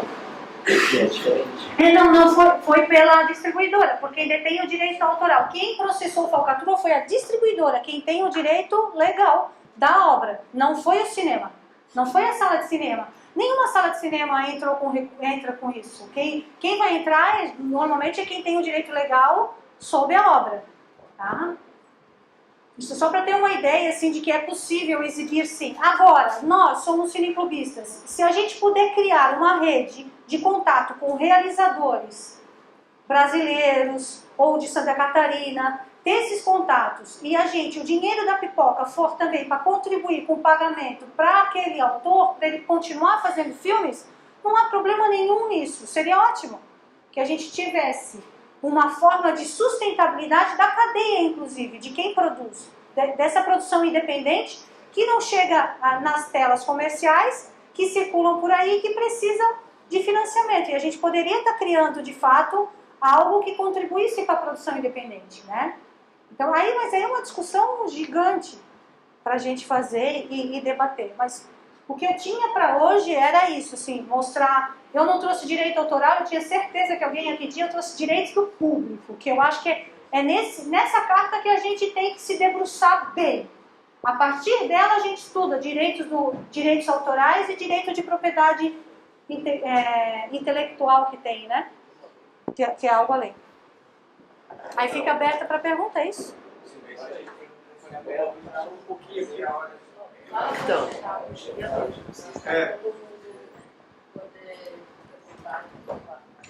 Então, pessoal, quem chegou depois das duas, pergunta que a gente combinou, o pessoal que estava aqui às duas, tocar dentro das 4. Então, a equipe que está coordenando aqui a formação fez uma adequação. A gente fez isso em função de 3 situações, 3 grupos que estavam com dificuldades, precisavam de tempo, então, por conta disso, começamos as duas, ficamos até as 4. Então, eu acho que essa é uma reflexão interessante que a gente pode, importante que a gente tem que fazer.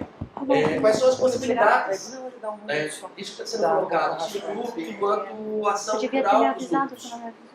O ano passado, quando a gente fez a parceria com a astronomia, a ideia era que o projeto ele começava com aqueles equipamentos, tinha formação, mas o projeto ele terminava com a criação de clubes de astronomia. Então a ideia era que a gente pudesse pensar, ter ações dentro do núcleo que elas não só tenham uma perspectiva de ação comunitária, de ação cultural, de educação popular, Né? Porque eu posso ter momentos no núcleo que eu tenho... Posso ter, por exemplo, uma... Como é que o Fausto está trabalhando com a gente lá? Como é que chama aqui que está trabalhando com a gente? Na sequência de filmes, tem um nome? Curadoria, desculpe. Eu te posto para vocês aqui. Mas eu poderia pensar, né, em ter ações. Eu não sei se a gente não tem perna, não tem coragem, não tem perna, não tem conhecimento para montar um cineclube, mas a gente pode ter ações. Por exemplo, eu estou numa comunidade. Que curadoria eu posso fazer? Que filmes que eu posso pensar? Criar um ciclo que mobilize aquela comunidade, que coloque um núcleo, que crie, acho que esse é o local, o núcleo enquanto espaço de intercâmbio cultural. Acho que é uma coisa que é interessante, importante a gente fazer. Né? E quero agradecer, bem legal, gostei muito da tua apresentação. Obrigada. É isso, dá para abrir o debate ali. Ali, ó. Acho que eu vou pedir desculpa para explicar muito.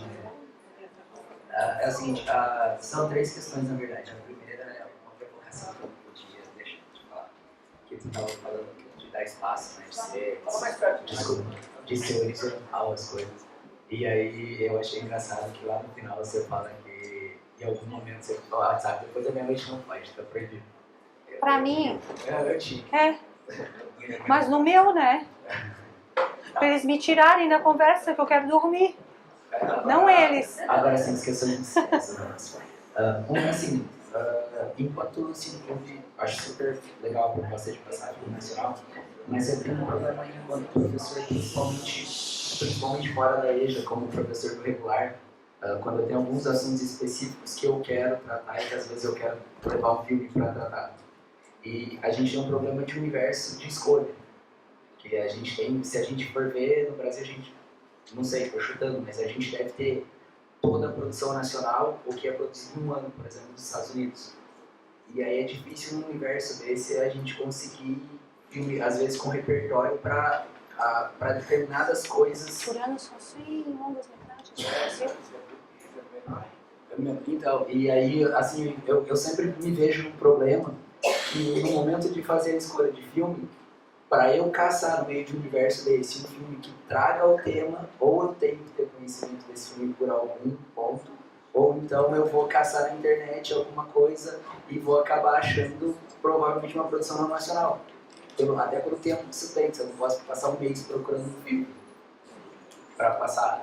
Alguns eu já vou selecionando e guardando, mas em geral é complicado fazer isso.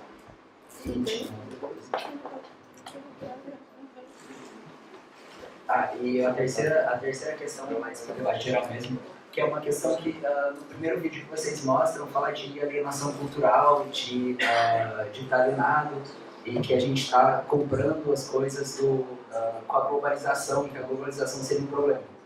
Mas da mesma forma que a globalização seria um problema por teoricamente vender uma cultura única, ela diversifica toda a cultura do mundo por outro lado, porque você tem acesso a coisas que nunca teria sem a globalização. Então é aquelas coisas que não tem só um lado, né? Então é complicado falar, nós estamos contra a alienação cultural pela globalização. Vou começar pela última. Esse vídeo é de 2003. Naquela ocasião, as questões da globalização elas eram bem mais presentes do que hoje em 2015. Né? Então, só para contextualizar o vídeo, aquele senhor que fala da globalização, ele já faleceu, inclusive. Ele é considerado Dom Quixote na Argentina da questão do cinema e etc. Né? Então, havia contexto para aquela fala. Hoje em dia, a gente tem que trabalhar exatamente da forma como você está falando. Continua tendo, sim, uma produção muito mais direcionada para o que é linear, né? Para essa narrativa linear norte-americana, início, meio e fim das produções, etc., que é a grande maioria. As comédias ou a questão da ação, da indústria bélica, tem toda essa questão, né? Se produz filmes também não comerciais, né, com uma pegada diferente, autoral nos Estados Unidos, sim, se produz, mas o que chega a nós, na tela principalmente, né, não são as produções que a gente desejaria que chegassem, que a gente teria uma diversidade de opinião. Quanto à produção nacional, a gente tem muita produção nacional, são 100 longas-metragens lançados por ano, né? O problema é ter acesso a eles, né? Porque primeiro os nossos realizadores eles mantêm uma janela de proteção de festivais. Por conta dos festivais que ele vai circular por festivais. Eles dizem que existe uma vida útil para circular nos festivais que são de 3 anos, né? Então, antes desses 3 anos, muitos realizadores não colocam à disposição seus filmes, o que a gente perde muito na questão de dar acesso àquilo que se produz imediatamente ao que se produziu, né? Porque a população ainda tem a ideia do lançamento como algo primeiro, né? E não a ideia de que um filme ele está aí, o bom filme ele fica para sempre. Quando é arte, quando é um filme que não tem um apelo comercial, ele é perene, né? Ele independe de data. Mas então a gente tem que ver por conta de uma política de festivais também, de janela de proteção que eles chamam, de 3 anos. Só que existem alguns movimentos contrários. Existe o Creative Commons já, o CC lá nas obras, que são produtores, realizadores que já colocam disponível imediatamente. Lançou, é teu. Ou já faz lançamento em rede, já lança direto em rede, na internet. Então, assim, eu faço o Cineclube há 12 anos de forma oficial, vamos dizer assim. A gente nunca teve problema com acervo, no sentido de querer exibir algo e não encontrar, sabe? É muito difícil você não conseguir algum filme que trate de determinada temática que você queira falar. E também a lei ela não vem dizendo que tudo tem que ser nacional. São 2 horas mensais, é um filme por mês. Se você for parar para pensar em termos de longa-metragem, é um filme por mês, né? Fora todos os curtas que você pode ter acesso. Então, assim, eu não vejo isso um problema, mas para quem não é da área ou está começando, o fundamental é ter contatos, é procurar cinema. Assim, nós em Santa Catarina, a gente tem a Cinemateca Catarinense, que é um bom caminho para se ter acesso ao acervo da Cinemateca, o Museu da Imagem e do Som, né? A gente tem a Federação Catarinense de Cineclubes, o Vicente agora, né, está como presidente ainda, né? Mas ela está um pouco... a gente espera que esses movimentos façam com que ela volte a funcionar bem. Ela está um pouco adormecida agora, né? Mas a gente tem essa lista que, independente de você ser filiado ao Conselho Nacional de Cineclubes, você pode participar dessa lista na internet. São mais de 3 mil pessoas nessa lista. Você tem acesso ao que os cineclubes e entrar na internet e buscar a programação dos cineclubes. Se coloca no Google Cineclube Programação, vai vir vários cineclubes e as suas programações ali. E aí é um processo de investigação, né? De busca, assim. Eu acredito que não. E foi uma brincadeira dizer até a meia-noite não, porque eu não faço isso com eles. Até porque eles não me obedeceriam, né? Mesmo eu querendo que eles parem. Oi. Então, eu só queria fazer um recorte que quando se fala da questão da globalização, é do recorte que ela traz, e não da globalização em si. O recorte americano, propriamente dito, que essa globalização traz. Porque a globalização lá não traz os filmes iraquianos, os filmes japoneses, os filmes africanos. Exatamente. Muita coisa. E a globalização ela deveria trazer isso para o cinema, mas ela tem um recorte muito específico hollywoodiano. No Hollywood, é essa exatamente a questão que o Cineclube cobra. Esse recorte hollywoodiano é que nós E tem no Hollywood, né, na Nigéria, é enorme, né? Tem uma série de coisas aí, mas eu acho que é nesse sentido, do recorte que essa globalização está trazendo. E da folclorização das culturas também, né? Parece a folclorização das culturas. Não, uma coisa que a gente discutiu lá atrás, mas complementando o colega, a ideia de uma folclorização das culturas, porque a globalização acaba oportunizando você enxergar coisas do mundo inteiro, mas como fragmentos descontextualizados que viram folclores. E também não é muito isso a vida das pessoas, nem a cultura que deveria estar sendo divulgada. Até saídas, às vezes, de comunitários, de solução de problemas, isso vai acabar não sendo pensado. Perfeito. Assim, ó, só para completar, assim, quando se fala em cinema internacional, é 2 cinemas que existem, né? É o europeu e principalmente o norte-americano. Além do que, assim, quando se vai falar em cinema nacional, existe uma defasagem muito grande. A gente ficou anos recebendo muito filme norte-americano. Antes da Primeira Guerra era o cinema europeu, e depois da Primeira Guerra, até os dias de hoje, é o cinema norte-americano que predomina. Então, por isso, a gente está aí. O cinema nacional ele tem que entrar. E tem muita qualidade. Só para dar um encaminhamento prático nessa pergunta, eu queria que você respondesse para ele, porque você fala de uma questão bem interessante, que é esse processo de seleção, que é a tal da curadoria que fizeram aqui, né? E como é que você tem feito lá e como é que você acha legal pensar isso? Então, eu venho das artes plásticas, certo? Das artes visuais agora, né? E lá se usa muito, nesse campo, se usa muito a palavra do curador, da curadoria. E para mim, ela vem impregnada de uma questão, a palavra curadoria, ela vem impregnada daquela ideia de o curador, né? O curador da Bienal de São Paulo, o curador, ele é um ser especial que pensa uma linha de narração para aquilo. Então, quando eu comecei a atuar no cineclubismo, eu tirei a palavra curadoria da gramática do uso com a formação da organização do público e trabalhei com a ideia de seleção. Selecionar filmes, né? Escolher filmes. Escolher significa, você tem lá um cardápio, tem algo à sua disposição, você tem uma provocação, a gente inicia de uma provocação. Todo ciclo temático ele tem uma provocação. Ele quer dizer algo. Então a gente primeiro define o que a gente quer provocar. Eu quero perturbar as pessoas com essas histórias. De que forma? Eu quero ir para que caminho? Às vezes a gente define assim. No ciclo greve, a gente queria tratar a visão do trabalhador, a visão da organização, o início dessa organização. Depois a gente quis trazer para o filme que encerra o ciclo, é um filme que trata do trabalhador tendo que negociar junto com os seus companheiros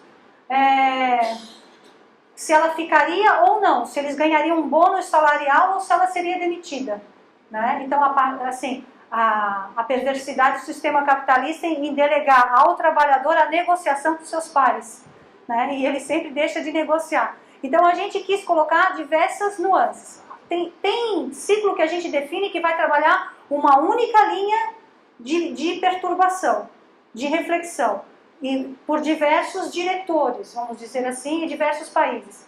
E tem ciclo que a gente quer só Brasil, só nacional, como que o Brasil enxerga determinada coisa. Então, a maior dificuldade é definir o que se quer com aquilo. Depois que se faz isso, é um trabalho de internet e de contatos, de estabelecendo quais os filmes e etc, quem já viu o que, quem faz o que, e começa a baixar uma lista. Então, lá no grupo fechado do Facebook, ela inicia com 20, 30 filmes, essa lista. Vai todo mundo colocando os filmes que acha que tem a ver com aquela pergunta provocadora, e a gente vai colocando os filmes lá. E as pessoas começam a assistir, e a gente começa a colocar, no grupo do Facebook tu consegue colocar em forma de enquete quem assistiu, quem não assistiu, né? As pessoas vão colocando lá. E aí as pessoas vão colocando as suas impressões, e aí vai virando um bate-papo gigante. Quais são as suas impressões? Aí quando vira uma polêmica, porque daí normalmente tem um filme que gera uma polêmica, um ou dois. Assim, não, porque eu acho isso, porque eu acho aquilo. Aí vai todo mundo assistir, aí todo mundo assiste. Aí vai para a votação. E aí cria-se uma votação online de quais os filmes que a gente considera que vai fazer uma maior pegada. E depois vem uma outra discussão. Qual vai ser exibido primeiro? A ordem dessa exibição. Porque daí a gente já assistiu, a gente já sabe o que a gente quer provocar no público, o que a gente pretende, porque isso tudo são possibilidades, pode não causar nada disso do que a gente acha que vai causar, né? Porque é uma surpresa a recepção. A gente não sabe como as pessoas vão receber, não é da mesma forma que a gente. E aí a gente cria uma lógica para nós, uma lógica narrativa da sequência daqueles filmes.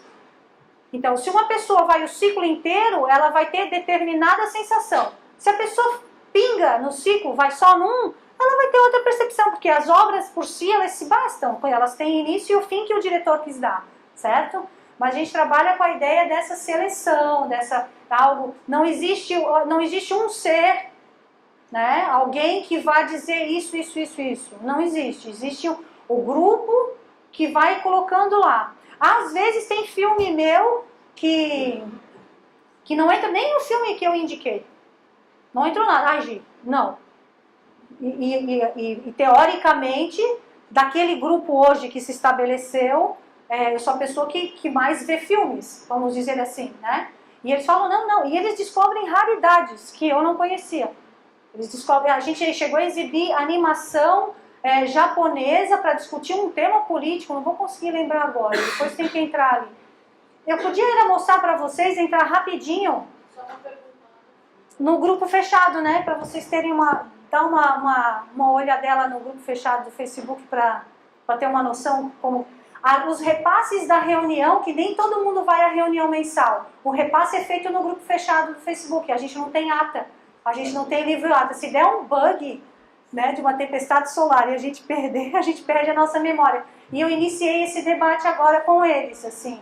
E aí, como que tem o Fausto lida muito bem com essa preocupação, né? Da memória, da preservação da memória. É um problema. Não entra? Então não vai dar. Mas vamos entrar no Gmail só para mostrar um pouquinho da organização, que eu acho que que eles fizeram, né? Os estudantes se reuniram e começaram a sistematizar as nossas informações.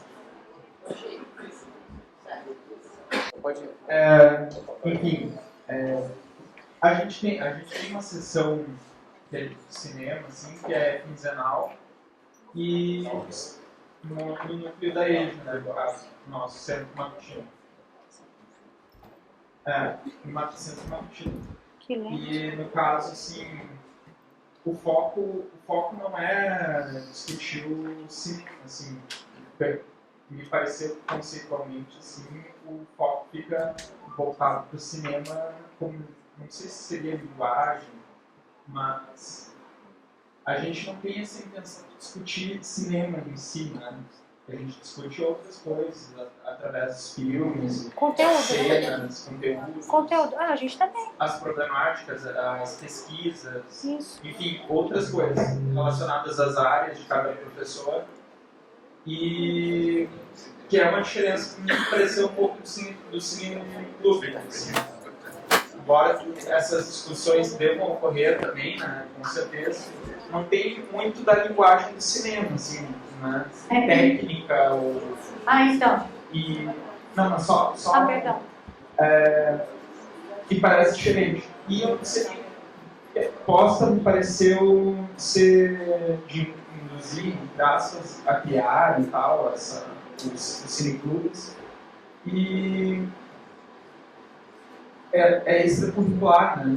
Nesse caso seria uma coisa extracurricular. É complementar, né? Eu entendo o currículo como parte da vida do estudante na instituição. Sim, não faz parte do currículo essa... Faz parte do currículo. Vai fazer parte do currículo. A gente está num processo de harmonização curricular, faz parte do currículo porque a Lei 13.006, né, ela é obrigatória como atividade complementar, tem que estar no currículo, na parte diversificada do seu currículo. O Cineclube Olha hoje, ele é uma atividade de extensão, mas dentro do IFSC, com o processo da harmonização curricular, a gente está transformando tudo que é de arte, de linguagens, linguagens entre as línguas, idiomas e artes de educação física. E é isso, a gente está trabalhando idiomas, que são as línguas, as artes e a educação física como núcleos. Nós vamos trabalhar eles todos em núcleos dentro da instituição e criar um fórum permanente de discussão. E o currículo de todos, desde o superior, do ensino superior que a gente oferta, ao técnico e ao FIC, vão ter entrada nesses núcleos. E tudo vai ser considerado, tudo que é oferta regular, vai ser considerado ensino. Então, fazendo parte do currículo desse aluno. Mas aí esse arranjo institucional é que tem que se pensar. Eu entendo que o Cineclube deva sim fazer parte do currículo.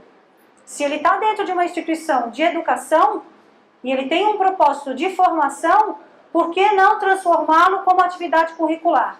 Né, que faz parte da grade curricular dele, como atividade complementar, não precisa ser como aquela atividade que determinado, sabe? Mas aí é uma outra discussão interna, né? Se eu estou levando por meio da lei o Cineclube para lá, ele tem sim que estar dentro do currículo. No Cineclube a gente se ocupa tenta se ocupar de tudo que o filme oferta. Então, o conteúdo do filme, se a gente estava tratando da greve, o que nos colocou, a gente não iniciou a discussão pela linguagem cinematográfica, a gente iniciou a discussão pelo conteúdo que os filmes traziam, né, sobre as histórias que eles traziam. Só que assim, toda linguagem ela tem gramática, né? Ela tem mecanismos de contar. A forma do enquadramento, do posicionamento da câmera, da forma, ela faz parte do que eu quero contar. E desalienar o público, não só pelo conteúdo, mas também pela linguagem, é fundamental.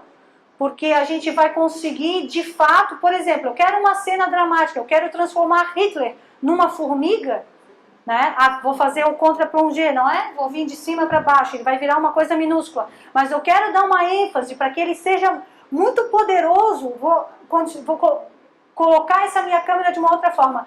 Eu ter noção disso, de posicionamento, de movimento, de enquadramento, de tudo que a linguagem do cinema pode proporcionar, se eu tiver isso também como material de estudo no cineclube, a minha recepção daquelas imagens serão muito mais profundas do que se eu simplesmente ignorar que isso existe, né? Então o cineclube se ocupa também da linguagem cinematográfica em si, né? De decifrar esses códigos que contam histórias sem a gente perceber, né? Às vezes a gente é induzido a determinadas coisas sem perceber. Por exemplo, quando o cinema se criou o cinema, que aquele trem veio na tela, as pessoas achavam que o trem estava vindo e se abaixavam, porque elas não estavam acostumadas com aquele código. Quando entrou flashback nas histórias, ninguém entendia, meu Deus, o que está acontecendo? Fragmentou. E é tão louco isso que a linguagem audiovisual ela é altamente absorvida e rapidamente absorvida. Basta uma vez você ver aquele dispositivo de linguagem sendo efetuado, a próxima que acontecer você já sabe. Quando antigamente era tudo plano sequência, né? Iniciava, a gente assistia tudo linear. A latinha ia correr, a gente acompanhava a latinha inteira correndo. Hoje em dia inicia a cena com a latinha correndo, corta, a próxima latinha tá, aí vem um caminhão de lixo, a gente subentende, a latinha foi pro caminhão de lixo e seguiu. Então, não existia isso antes, essa coisa de entender o corte, entender que fechou a porta e a pessoa está lá dentro. Antigamente mostrava a pessoa entrando na porta e caminhando lá dentro, né? Então, isso tudo são mecanismos de linguagem. E é importante a gente se ocupar disso também. Não só do conteúdo, mas aí é... A gente entende por conta do processo de formação do espectador que aconteceu ao longo da história. Então. Isso. Exatamente. Exatamente. À medida que o público vai dando esse feedback, né?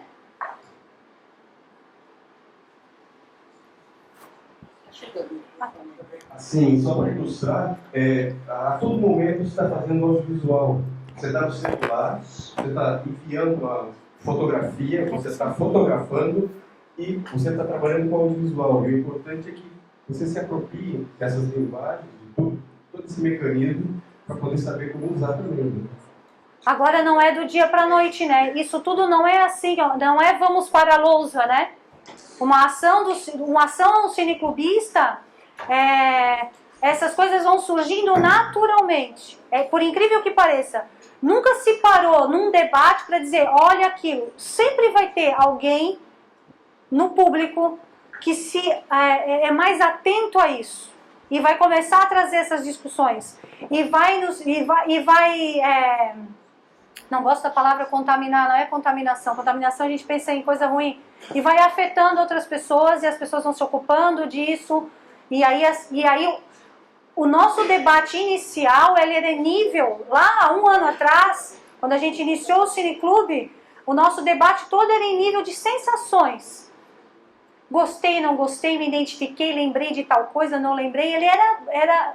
Hoje em dia você vai numa sessão do cineclube, tem gente já se ocupando de buscar crítica e trazendo, fazendo referências históricas. O debate ele vai engordando, ele vai crescendo, mas ele não pode ser submetido, né? Agora temos que estudar. Não, o público ele vai se formando. É muito legal, é dinâmico, é vivo, é provocativo. Oi? E não burocrático. Ele tem a organização, mas ele não tem essa questão maçante. As pessoas se sentem de fato colaborando, fazendo juntas, decidindo. Isso é a emancipação, né?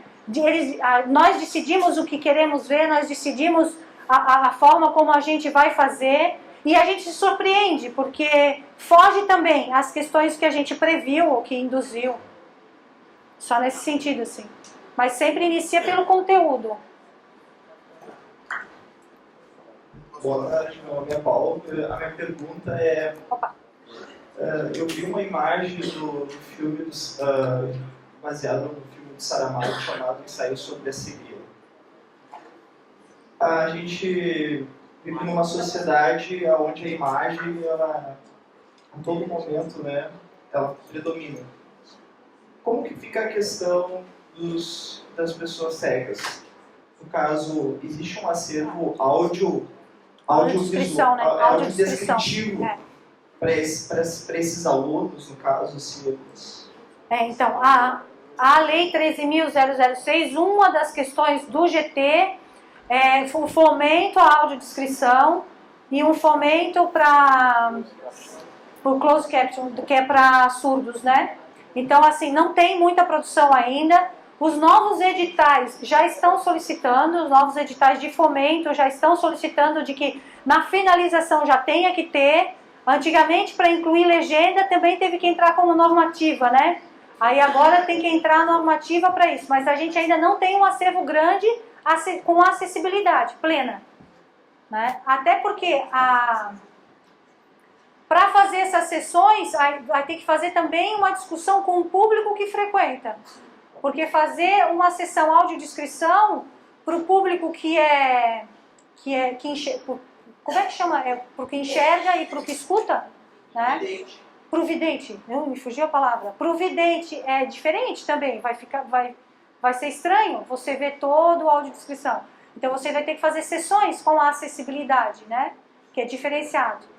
No Cineclube, Olho nunca apareceu nenhuma pessoa com deficiência visual. E agora, se aparecer, a gente terá problemas. A gente tem que provocar sessões para que isso ocorra. Agora, toda sessão é uma discussão que tem que levar para o debate. Como que se faria toda sessão ser audiodescritiva? Toda sessão... Entendeu? É algo que nem nós não estamos prontos ainda, né? A gente tem que debater e ver de que forma funcionaria. É algo que está em construção. Mas é preocupação, já é uma preocupação já colocada na primeira reunião do GT, no próprio livro da Adriana Fresquet, para subsidiar a lei, a regulamentação da lei aparece isso bem declarado, e no GT também já aparece essa preocupação como algo a ser sanada, sabe? Você colocou a experiência lá da atividade que você está fazendo no clube, e você colocou assim a questão da espontaneidade que aparece, a percepção de algumas questões, que não precisa dessa coisa didática, assim, de mostrar e tal. Me parece, a gente também faz lá, eu sou do núcleo do Atos, e a gente faz lá quinzenalmente, é um esforço assim, porque os nossos alunos, não sei se é uma impressão, eles não têm uma cultura de cinema, então eles veem como meio matação de aula, coisa assim, uma oportunidade para de escape, usar o WhatsApp, fazer outra coisa e tal.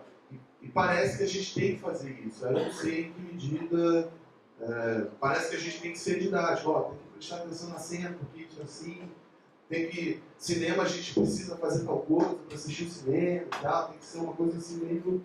De apontar esses caminhos. Assim, parece que isso torna chato. Aí a gente fica. Faz ou não faz? Antes ou depois? A gente faz os dois. Antes, durante e depois. Durante o filme. Durante o filme é uma recomendação. A recomendação a gente segue ou não. Durante o filme eu não faria de jeito nenhum. Eu acho que a gente tem que respeitar como obra de arte, né? Respeitar como um produto cultural. Se é uma expressão cultural, ela é para ser assistida de início a fim, ao final dos créditos, né? Ao final de todos os créditos, você acende a luz e aí sim você inicia um debate. Durante, a fruição e a recepção, ela se rompe. Você parar para conversar durante, aí deixa de ser uma sessão de cineclube ou uma fruição de obra para ser uma aula. Né? Aí você vai estar dando uma aula, você vai estar parando, vai estar fragmentando, você vai estar pontuando, direcionando o olhar, etc. Aí é uma aula. Aqui a proposta é um pouquinho diferente. Durante, antes, massa, não há problema nenhum você induzir olhar, induzir pensamentos antes, e após, com certeza.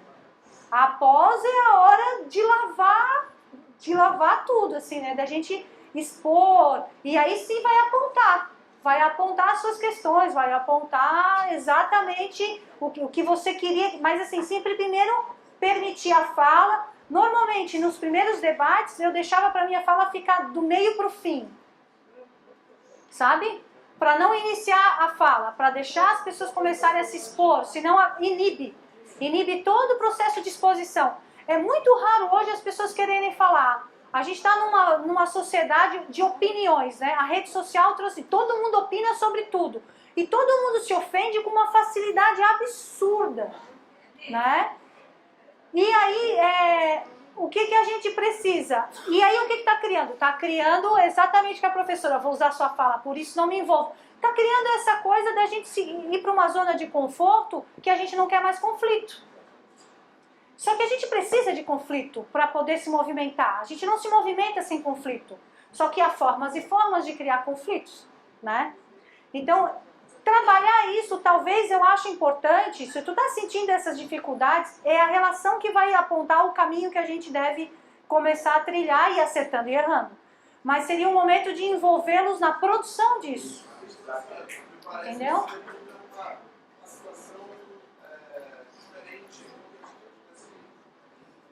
Aula e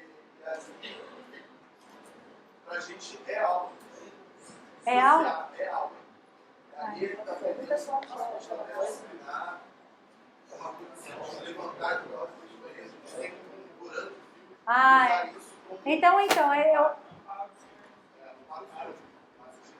então eu acho que é criar normas, né? Eu crio regras.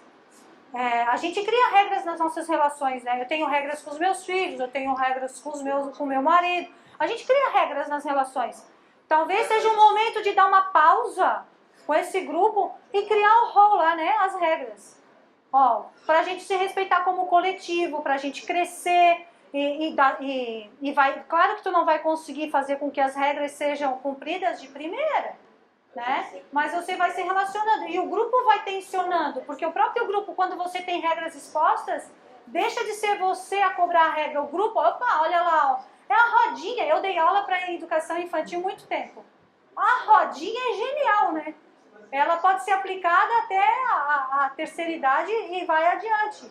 Estabelecer as nossas regras daquele grupo, da nossa dinâmica e ter respeito a elas, isso é viver em sociedade, não é?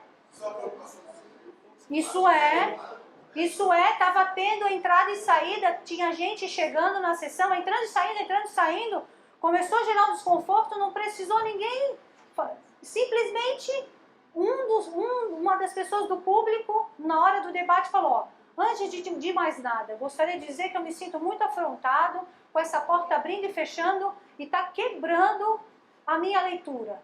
Eu não gostaria de ser atrapalhado. Não precisou duas falas. Nunca mais ninguém abriu e fechou aquela porta. E quando acontece, na hora que inicia o debate, olha gente, eu precisei ir ao banheiro. Sabe? Se justifica já de pronto, já criou um respeito mútuo. Só que isso se constrói, não foi lá na primeira sessão, é agora, isso está acontecendo agora. Tem 1 ano que a gente está junto. Então, eu tenho uma experiência de cineclube em sala de aula, tá? O cineclube em sala de aula, ele é uma atividade curricular, vamos dizer, como unidade curricular. Eu tenho essa experiência. Ela é um pouco mais complexa. Só que, se você contrapõe isso a uma aula de física, a uma aula disso, a uma aula daquilo, você começa... Eu uso muito exemplo de física, porque no IFES que física é o terror. Né? É a aula mais importante, né? É o carro-chefe. Então eu uso assim, vocês fariam isso, esses questionamentos com o professor de física? Não. Porque o professor de física diz, está dado. Agora, o que o professor de história diz, ou de artes diz, ou de cineclube, né, gente, que exibe filme. Não, mas tem que ver que isso é a tua opinião. Né? Exatamente.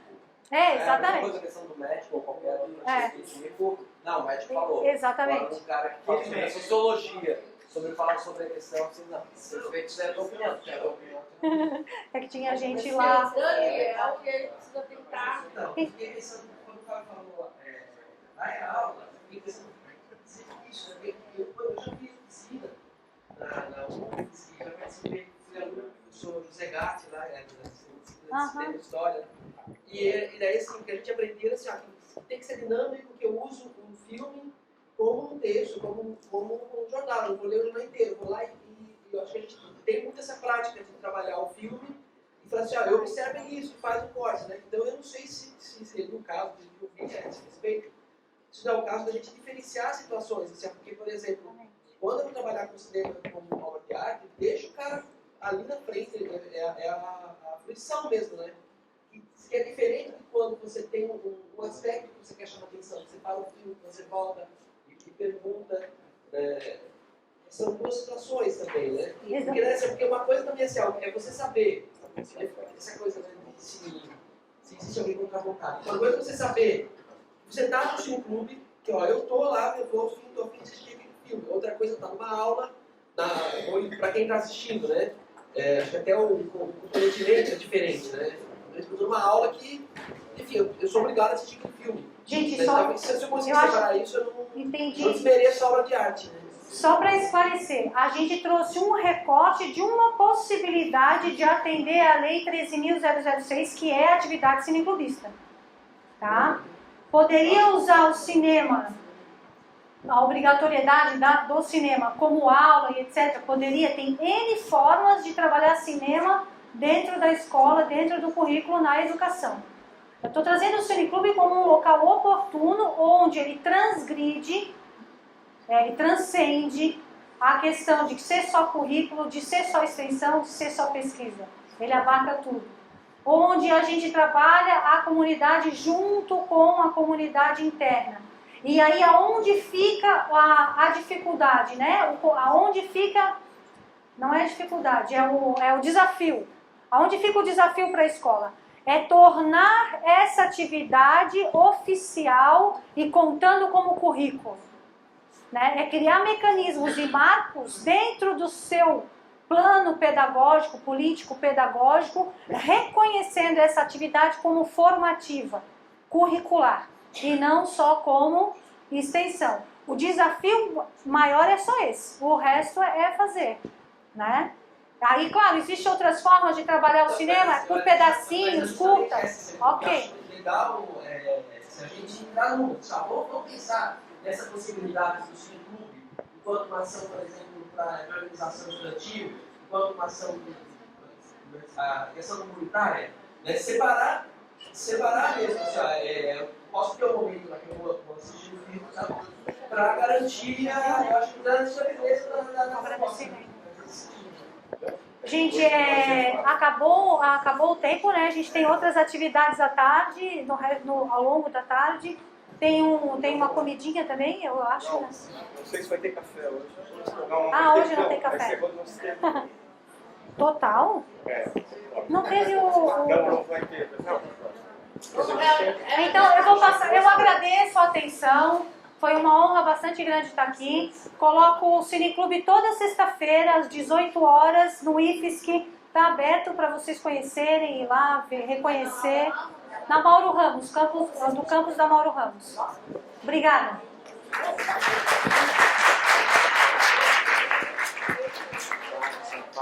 Rapidinho, assim, para encerrar, a Márcia vai dar um recado para vocês sobre o Moodle, e eu vou deixar um recado para vocês de Mike Quintana, que livros não mudam o mundo, mudam as pessoas, e as pessoas mudam o mundo. Eu troco os livros e coloco os filmes numa brincadeira, e assim eu acredito que tanto os livros como os filmes têm o mesmo papel.